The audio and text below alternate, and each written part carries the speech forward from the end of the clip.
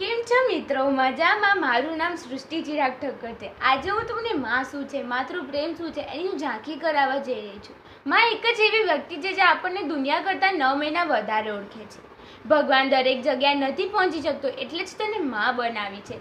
એક માં 100 શિક્ષકની ગરજ સારે છે. શિવાજીના ઘડતરમાં માતા જીજાબાઈનો અમૂલ્ય ફાળો છે. પુત્ર કુપુત્ર થાય પણ માતા કુમાતા ના થાય. એટલે એક માતા 4 છોકરાને મોટા કરે છે પણ 4 મોટા છોકરા એક માતાને સાચવી નથી શકતા. દવા કામ ના આવે તો નજરો ઉતારે છે. માં છે સાહેબ, હાર ક્યાં માને છે? માના વાત્સલ્યમાં જગભરનું રાસાયણ ભરેલું છે. એની રાસાયણિક પ્રક્રિયાથી માનવ માત્રનું કલ્યાણ થાય છે. એવું જ કહેવાય છે કે લાગણી સાથે આપે તે બહેન, ઝઘડા સાથે આપે તે ભાઈ, પૂછીને આપે તે પિતા અને માગ્યા વગર આપે તે માં કહેવાય છે. જો આંગળી કપાય તો લોહીની ધાર નીકળે છે. લોહીના બૂંદ મારી માનું ઉદ્ધાર નીકળે છે. જો 7 જન્મોની સગડી પૂંજી લગાવી દો તો મારી માવડી મારી લેણદાર નીકળે.